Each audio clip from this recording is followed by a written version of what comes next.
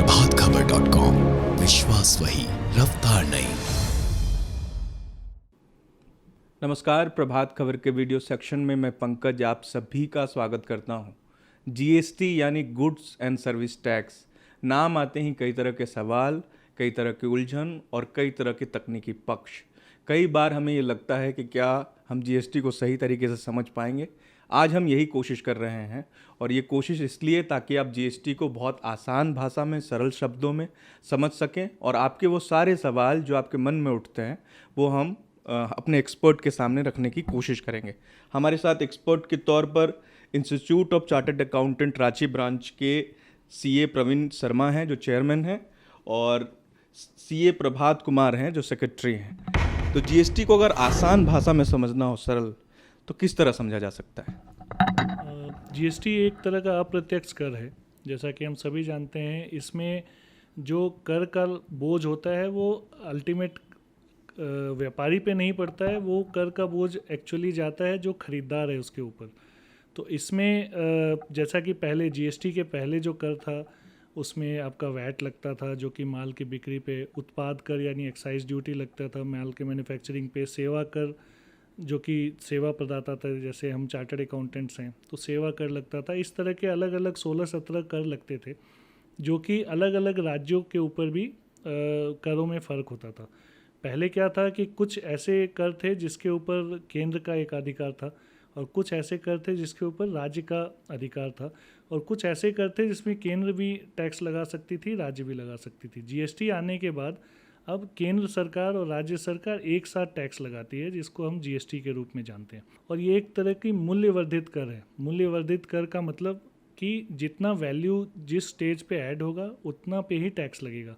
कारण कि जैसे मैं एक व्यापारी हूँ, मैंने कुछ सामान खरीदा तो मैंने जितना टैक्स उस सामान को खरीदने में दिया और मैंने जितना टैक्स उस सामान को बेचकर वसूला, मुझे जो टैक्स देना होगा वो दोनों का डिफरेंस देना होगा। मतलब 100 रुपये की चीज़ मैंने खरीदी और 10 रुपये टैक्स दिया, 200 में बेची और 20 रुपये टैक्स दिया, तो मुझे 20 रुपये सरकार को जमा नहीं कराने। 20 में जो 10 मैं पहले दे चुका हूँ खरीदते समय वो माइनस हो जाएगा। 100 रुपये की मैंने मूल्य वृद्धि की तो 10 रुपये ही टैक्स जमा करना पड़ेगा। ये बताइए, जीएसटीएन नंबर क्या है, किसको लेना चाहिए और किस तरह लिया जा सकता है? सर, जीएसटीएन जो है ये 15 डिजिट का पैन बेस्ड एक आइडेंटिफिकेशन नंबर है। ये जो व्यापारी जीएसटी जिनको लेना है, अब हम लोग समझते हैं कि इस जीएसटी किनको लेना है। जैसे कि जीएसटी में goods and service tax act में बांटा गया है टर्नओवर बेसिस पर कि अगर आपका साल भर में जो व्यापारी अगर वस्तु को साल भर में बेचता है और उसका टर्नओवर अगर 40 लाख से ज़्यादा है तो उसे लेना अनिवार्य है जीएसटी नंबर। और अगर वही व्यापारी या दूसरा व्यापारी अगर सर्विसेज देता है किसी को भी, किसी दूसरे को भी, क्रेता को, तो उसके लिए 20 लाख का हमें लिमिट देखना पड़ता है। अगर टर्नओवर उसका 20 लाख से ज़्यादा है तो उसको लेना अनिवार्य है। ये 15 डिजिट का होता है। 15 डिजिट में अपन समझते हैं पहले कि 20, जैसे कि झारखंड का कोड 20 है तो 20 पहले आएगा, स्टेट का कोड पहले आएगा, 2 डिजिट वो हो गया। उसके बाद आते हैं कि हमारे पास फिर पैन है, तो पैन का जैसे 10 डिजिट होता है तो पैन आ जाएगा वहाँ पर, तो 10 2 12 हो गए। उसके बाद एक डिजिट कोड होता है, उसके बाद में एक नंबर होता है 1 2 3। वो क्या होता है कि आपने सपोज दैट झारखंड में पहला रजिस्ट्रेशन नंबर लिया तो एक नंबर वहाँ दिखेगा, आपने अगर दूसरा लिया तो 2 दिखेगा। तो इस तरह से वो जितना आप उस स्टेट में लेते हैं तो नंबर आपका बढ़ते जाएगा। उसके बाद एक और अल्फ़ाबेट लेटर आता है। जो भी रजिस्टर्ड पंजीकृत व्यापारी हैं उनको अपने इनवॉइस पर लिखना अनिवार्य है। अगर वो नहीं लिखते हैं तो दंड के भागीदार होंगे। सीजीएसटी, एसजीएसटी और आईजीएसटी, जीएसटी तो समझ में आया था बड़ी मुश्किल से लोगों को। बाकी ये कैटेगरीज और क्या क्या हैं, इसे किस तरह समझ सकते हैं? ये सीजीएसटी, एसजीएसटी और आईजीएसटी जो है ये कहाँ से आप सर्विस या गुड्स सप्लाई कर रहे हैं और अल्टीमेट जो कंज्यूमर है वो कहाँ पे, उसके ऊपर डिपेंड करता है। जैसे अगर आप झारखंड के कंज्यूमर हैं और जो सप्लायर है वो भी झारखंड का है तो वो सीजीएसटी और एसजीएसटी लगाएगा। सीजीएसटी का फुल फॉर्म अगर हम लोग समझे तो central goods and services tax है और SGST state goods and services tax है। जैसा कि मैंने पहले भी कहा था कि पहले अलग अलग चीज़ों पे कर स्टेट और सेंट्रल लगाती थी, तो अब जो भी जीएसटी कलेक्ट होता है, अगर किसी स्टेट के दरमियान ही अगर सारा ट्रांजेक्शन हो जा रहा है, तो जो भी जीएसटी कलेक्ट होता है उसका 50% शेयर स्टेट का होता है और 50% सेंट्रल का होता है। मान लीजिए एग्जाम्पल के तौर पे चार्टर्ड अकाउंटेंट की सर्विस पे टैक्स रेट 18% है, तो मैं अगर किसी को बिल कर रहा हूँ तो 9% मैं CGST लगाऊंगा, 9% SGST लगाऊंगा। लेकिन मान लीजिए मेरे ही एक क्लाइंट जो कि दिल्ली में रजिस्टर्ड है, अब मैं उनको अगर कोई इन्वॉइस रेस करता हूँ, उनको कोई सर्विस देता हूँ, तो फिर मैं उनको IGST लगाऊंगा। ये integrated goods and service tax है। इंटीग्रेटेड क्यों? इंटीग्रेटेड इसलिए क्योंकि इसमें सेंटर का भी शेयर है और स्टेट का भी शेयर है। और जो GST एक्ट है वो कंजम्पशन बेस्ड टैक्स है। जैसे कि अगर मैंने यहाँ से कोई सर्विसेज दिल्ली दी, तो मेरी सर्विसेज का उपयोग दिल्ली में बैठे व्यापारी या व्यवसायी ने किया, तो इसका अल्टीमेट कंज्यूमर जो स्टेट हुआ वो दिल्ली हुआ, तो इसका फ़ायदा जो होगा वो दिल्ली को मिलेगा। कौन कौन सी चीज़ें जो हैं GST के अंडर हैं और कौन बाहर है? जो एसेंशियल सर्विसेज हैं, जैसे खाद्य पदार्थ हो गए, फिर दूध हो गए, इस तरह के जो एकदम नेसेसरी चीज़ें हैं, नेसेसरी वस्तु हैं, उस पर GST नहीं लगाया गया है। साथ ही साथ एग्रीकल्चर से रिलेटेड है, एग्रीकल्चर जो प्रोड्यूस है, जिस पर हम लोग मतलब जैसे चावल हो गया, चावल को किसान जो है सो उपजाता है, उसको मार्केट में ले आता है, वहाँ तक तो उसे नहीं लगता है। लेकिन अगर वही कोई व्यापारी उसको खरीद कर उसको पॉलिश करके अच्छी तरह से उसको प्रोक्यूर करके उसको अगर किसी दूसरे फॉर्म में ले आता है, या फिर उसको ब्रांडिंग करके अपना ब्रांडिंग करके उसको पैकिंग करके अच्छे ढंग से बेचता है, तो उसका नेचर GST एक्ट के हिसाब से चेंज हो जाता है, उस पर लग जाता है। साथ ही साथ अभी तक जैसे पेट्रोल हो गया, डीजल हो गया, फिर अल्कोहल हो गया, वो सब चीज़ें पर भी GST के दायरे से उन लोग भी बाहर हैं। साथ ही साथ लैंड अगर हम लोग सिर्फ बेचते हैं, उसको हमने लैंड मतलब रॉड लैंड, जैसे कि उसको हमने डेवलपमेंट नहीं किया, अगर डेवलपमेंट हम लोग करते हैं तो उस पर हमें GST देना पड़ेगा। लेकिन अगर लैंड को बिना डेवलपमेंट किए हम लोग खरीद बिक्री करते हैं तो GST के दायरे से बाहर है। अब जैसे स्टाम्प ड्यूटी वगैरह हो गया, वो भी GST के दायरे से बाहर है। हेल्थ से रिलेटेड जो भी सर्विसेज अगर कोई क्रेता ले रहा है अगर, तो उस पर भी GST नहीं है।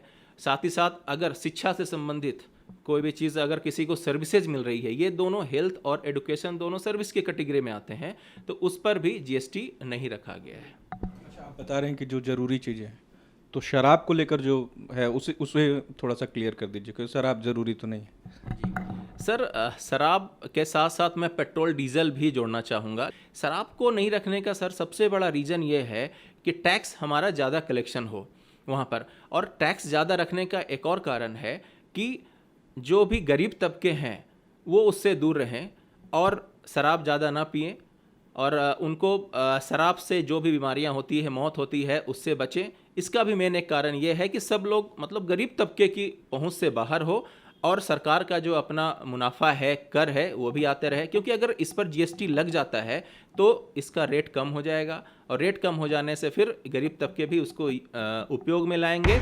तो पेट्रोलियम पदार्थ को अगर GST के अंदर लाने की चर्चा है, तो उससे फ़ायदा होगा या नुकसान होगा कंज्यूमर्स को? सर, इसमें फिर से मैं एक राष्ट्र और एक राज्य के बारे को के संदर्भ में बात करना चाहूँगा। किसी भी राष्ट्र को चलने के लिए या किसी भी राज्य को चलने के लिए कर की आवश्यकता है, अर्थ की आवश्यकता है। उसके बिना राज्य नहीं चल सकता। हमें सड़कें भी चाहिए, हमें बिजली भी चाहिए, सुरक्षा भी चाहिए। तो उसके लिए बजट के हिसाब से आपको पैसे आने चाहिए। तो वो कहाँ से आएंगे? जैसा कि मैंने अभी कहा कि लगभग 40 से 50% जो रेवेन्यू आती है वो इन्हीं सब चीज़ों से, जो कि पेट्रोलियम है, डीजल से रिलेटेड प्रोडक्ट हैं, और आपके अल्कोहल से जो टैक्सेस आते हैं उनसे आते हैं। इसी कारण से अभी, क्योंकि GST भी एक नया एक्ट है, 4 साल हुए हैं इसको आए हुए, और थोड़ा और समय लगेगा जब सारी चीज़ें स्टेबल होंगी। तो धीरे धीरे जैसे जैसे सरकार, जैसे आप शुरू में जब GST आई थी तब बहुत सारे गुड्स जो थे या सर्विसेज थी वो 28% पे थी। फिर सरकार ने रिव्यू किया, अभी बहुत ज़्यादा गुड्स नहीं है जो कि 28% के ब्रैकेट में है। उस कारण से, क्योंकि दूसरे चीज़ों के भी दाम कम करने हैं और स्टेट को भी चलाने के लिए पैसे चाहिए, तो उस कारण से अभी पेट्रोल और डीजल को नहीं लाया जा रहा। कारण एक और ये है कि जो GST एक्ट है उसमें एक प्रोविज़न है कि सरकार मैक्सिमम जो टैक्स ले सकती है वो 40% है। 40% से ज़्यादा टैक्स नहीं ले सकती। आप सेस लगा सकते हैं, लेकिन टैक्स आप 40% से ज़्यादा नहीं लगा सकते। इसी कारण से क्या है कि पेट्रोल और diesel plus alcohol alcohol for human consumption जो है उसको जीएसटी में नहीं लाया जा रहा है।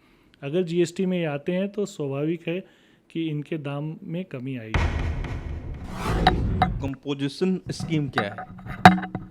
सर, कंपोजिशन स्कीम उन व्यापारियों के लिए लाया गया है जो कि बहुत ही सरल तरीके से इसके जो भी प्रावधान है उसको फुलफिल कर सकें।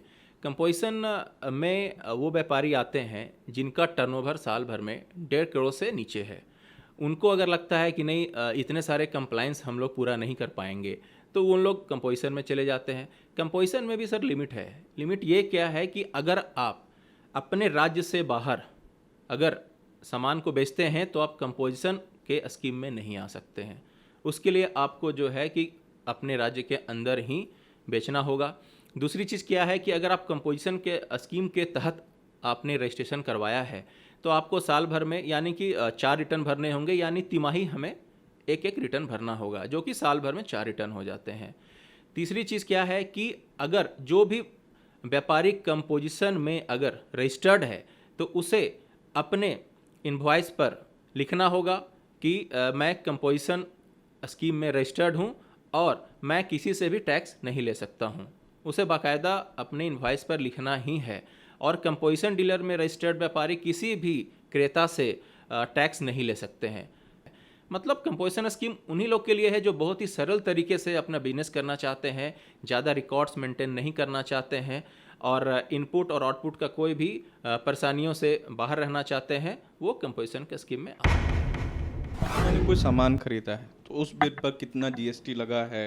एक साधारण व्यक्ति जीएसटी बिल की वैधता को भी कैसे जांच सकता है?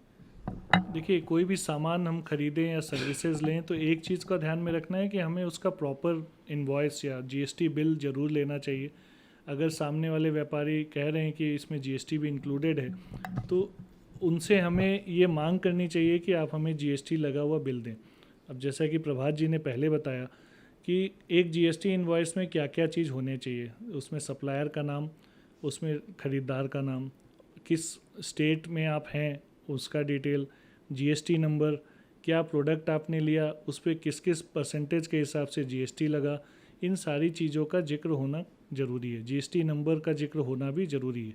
अगर मैं भी रजिस्टर्ड हूँ तो मेरा जीएसटी नंबर भी उसमें उल्लेखित होना चाहिए। अगर मैं एक व्यापारी नहीं हूँ, एक आम कंज्यूमर हूँ, तो मुझे उसके बावजूद भी जीएसटी बिल ज़रूर लेना चाहिए और उस इनवॉइस में बेसिक चीज़ें कि उन्होंने क्या दर से जीएसटी लगाया है, किस तरीके से उन्होंने चार्ज किया। कई बार ये भी मामले सामने आए हैं कि जिन चीज़ों में 5% या 12% जीएसटी है उसमें 18% या 28% जीएसटी ले ली जाती है। तो ये थोड़ी सी समझदारी हमें दिखानी होगी और जीएसटी बिल प्रॉपर तरीके से एक बार स्क्रूटनाइज करने की भी आवश्यकता है। समझदारी दिखाई भी और ये पता चला कि ज़्यादा वसूला जा रहा टैक्स, तो इसकी शिकायत कहाँ कर सकते हैं? क्या इसकी शिकायत की मल्टीपल एजेंसीज़ है जिनसे शिकायत कर सकते हैं। अगर हम सेंट्रल गवर्नमेंट की एजेंसीज़ को देखें तो सेंट्रल गवर्नमेंट में एक ऑनलाइन पोर्टल है जहाँ पे आप जाके जीएसटी का कंप्लेन दर्ज कर सकते हैं। सेंट्रल गवर्नमेंट ने एक और फैसिलिटी दी है सीपी ग्राम की। वहाँ पे आप सिर्फ जीएसटी से रिलेटेड नहीं, किसी भी तरह के जो आपके अगर मैटर्स हैं उसको आप उसकी शिकायत कर सकते हैं और प्राइम मिनिस्टर ऑफिस के द्वारा ये डायरेक्टली मॉनिटर होता है। स्टेट गवर्नमेंट में अगर हम लोग देखें तो स्टेट में डिफरेंट जो कमिश्नर्स हैं वो एम्पावर्ड हैं, अपने उनको कंप्लेन रेज कर सकते हैं। स्टेट गवर्नमेंट और सेंट्रल गवर्नमेंट ने अलग अलग जगहों पे जीएसटी रेड्रेसल काउंसिल भी बनाई है, जिसमें कि जीएसटी रेड्रेसल कमेटी, जिसमें अगर आपकी कोई भी परेशानियां हैं, कोई भी शिकायत है तो आप जाकर जीएसटी रेड्रेसल कमेटी में भी आप अपनी शिकायत दर्ज कर सकते हैं। इसके अलावा जो कमिश्नर्स होते हैं रेंज के, वहाँ भी आप जाके शिकायत दर्ज करा सकते हैं। इनपुट टैक्स क्रेडिट क्या है? सर, जीएसटी के टैक्स के 2 पार्ट हैं। एक इनपुट है टैक्स है और दूसरा आउटपुट टैक्स है।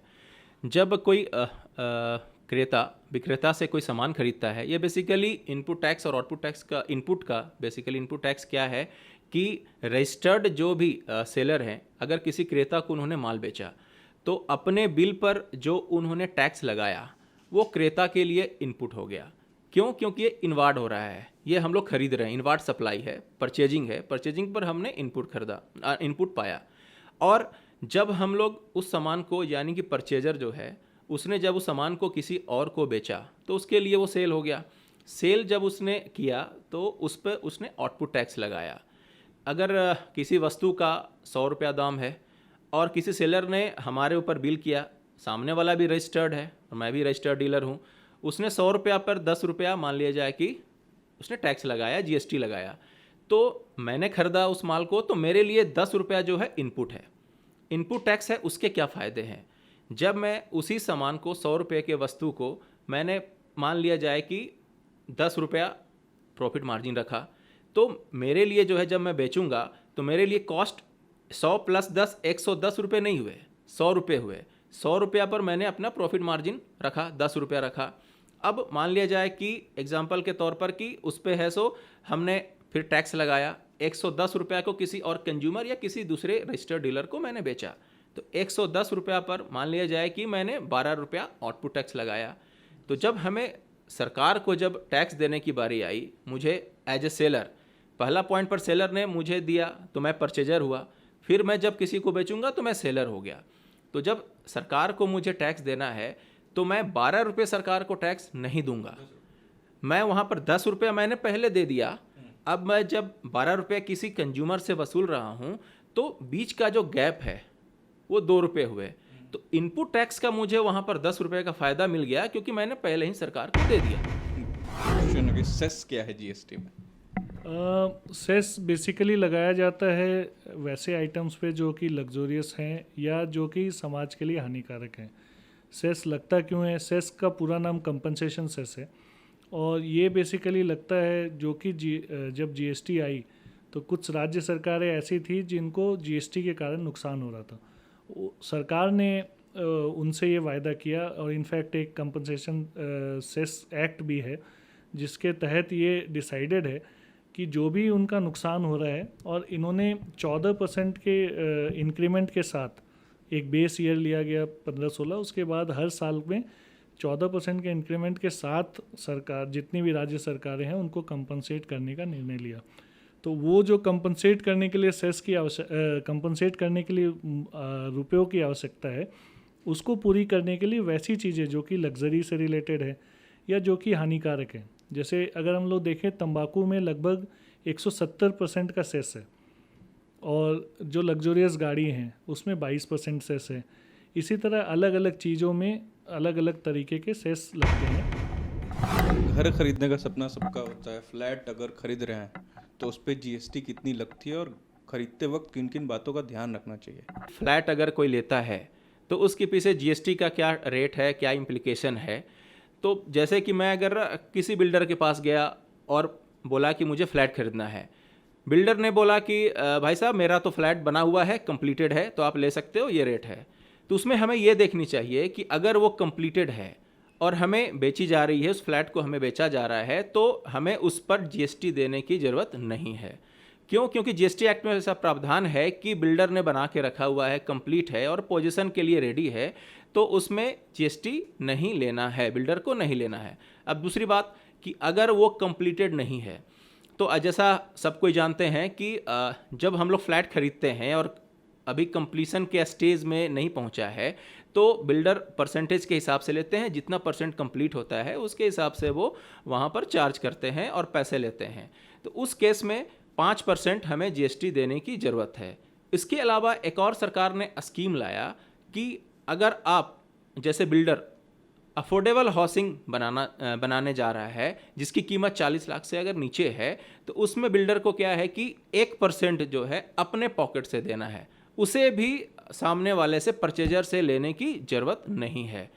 घर अगर हम लोग प्राइवेट अपना अगर बनाते हैं तो जैसा हम लोगों ने बताया कि लैंड पर कोई भी जीएसटी है नहीं, हमने लैंड खरीदा, उस पर कोई जीएसटी हमने सरकार को नहीं दिया क्योंकि वो दायरे से, जीएसटी के दायरे से बाहर है। अब हम लोग ने किसी कॉन्ट्रैक्टर को पकड़ा कि आप मेरा घर बनाओ, तो उस केस में अगर कॉन्ट्रैक्टर हमारा घर बनाता है और वो जो भी सर्विसेज अपनी देती है, जो भी कॉन्ट्रैक्टर अपना सर्विसेज देता है, तो वो हमसे, अगर वो देखना पड़ेगा हमें कि सामने वाला कॉन्ट्रैक्टर जीएसटी में रजिस्टर्ड है या नहीं। अगर वो रजिस्टर्ड है तो हमसे 18% ले सकता है, लेकिन हमें फिर ध्यान देना होगा कि अगर 18% उसने हमें से लिया तो हमें इनपुट का बेनिफिट नहीं मिलेगा। लेकिन अगर कॉन्ट्रैक्टर रजिस्टर्ड नहीं है तो हमसे वो जीएसटी नहीं ले सकते। कि भारत में जीएसटी जिस उद्देश्य से लाया गया वो उद्देश्य पूरा हुआ क्या, और जीएसटी में कई तरह की कमियां शुरुआती दिनों में सामने आई थी, क्या वो पूरी तरह ख़त्म हो गई या अभी भी है? जो जीएसटी के लाने का उद्देश्य था वो एक देश एक कर का उद्देश्य था। कुछ हद तक उसमें सफलता मिली है। जीएसटी लाया गया था कि इस एक गुड और सिंपल टैक्स की तरह ये लगेगा। अभी जिस तरीके से जीएसटी में बदलाव हो रहे हैं वो आम आदमी के समझ से काफ़ी दूर है। काफ़ी ज़्यादा चेंजेस हैं। हम भी ये मानते हैं कि सरकार को जब भी लगता है कि हाँ यहाँ पे बदलाव करने की आवश्यकता है, सरकार बदलाव करती है। लेकिन इसमें भी जो सारी चीज़ें ऑनलाइन हैं, जिसके कारण बहुत से छोटे व्यापारी अभी भी जूझ रहे हैं एक तरह से जीएसटी इम्प्लीमेंट करने को लेकर के। अदरवाइज़ जीएसटी एक अच्छा एक्ट है, एक अच्छा टैक्स है, जो कि सही मायने में अगर देखें तो ये राष्ट्र को आगे बढ़ाने में काम आएगा और अभी तक के आज़ादी के बाद के सबसे बड़े कर सुधार प्रयास के रूप में देखा जाएगा। जीएसटी अगर ऐसे देखें तो एक साधारण अवधारणा ये है कि जहाँ भी जीएसटी इम्प्लीमेंट हुआ वहाँ 2 से 3% जीडीपी में ग्रोथ आने का अनुमान रहता है। भारत में या पूरे विश्व में अभी ये अनुमान लगा पाना मुश्किल है क्योंकि कोविड के कारण सारी चीज़ें इफेक्टेड है। प्रभातखबर.com, विश्वास वही, रफ्तार नहीं।